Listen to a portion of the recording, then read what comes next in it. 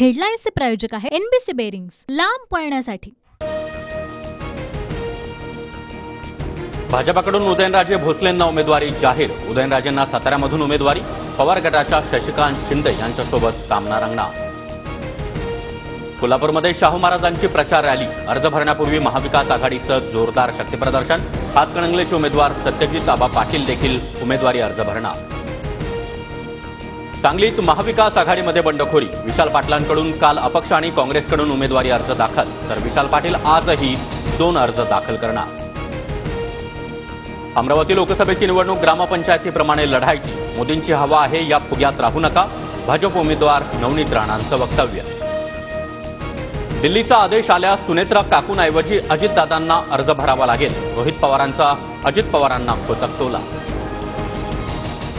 18 एप्रिलला सुनेत्रा पवार उमेदवारी अर्ज भरणार। उमेदवारी अर्ज भरण्याच्या दिवशी मोठ्या प्रमाणामध्ये नागरिकांनी उपस्थित राहावं, सुनेत्रा पवारांचं आवाहन।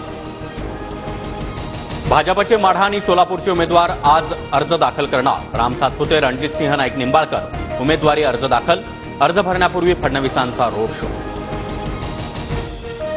माढ्याचे पवार गटाचे उमेदवार धैर्यशील मोहिते आज उमेदवारी अर्ज दाखल करणार। विजयसिंह मोहिते देखील अर्ज भरणार। ठाकरे गटाचे धाराशिवचे उमेदवार ओमराजे निंबाळकर आज उमेदवारी अर्ज दाखल करणार। उमेदवारी अर्ज दाखल करण्यासाठी आदित्य ठाकरे देखील उपस्थित राहणार।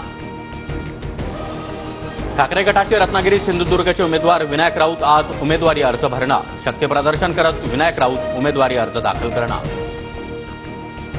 उद्धव ठाकरेंची दुपारी 1 वाजता शिवसेना भवनामध्ये पत्रकार परिषद। शिवसेनेचं मशाल गीत लॉन्च होणार।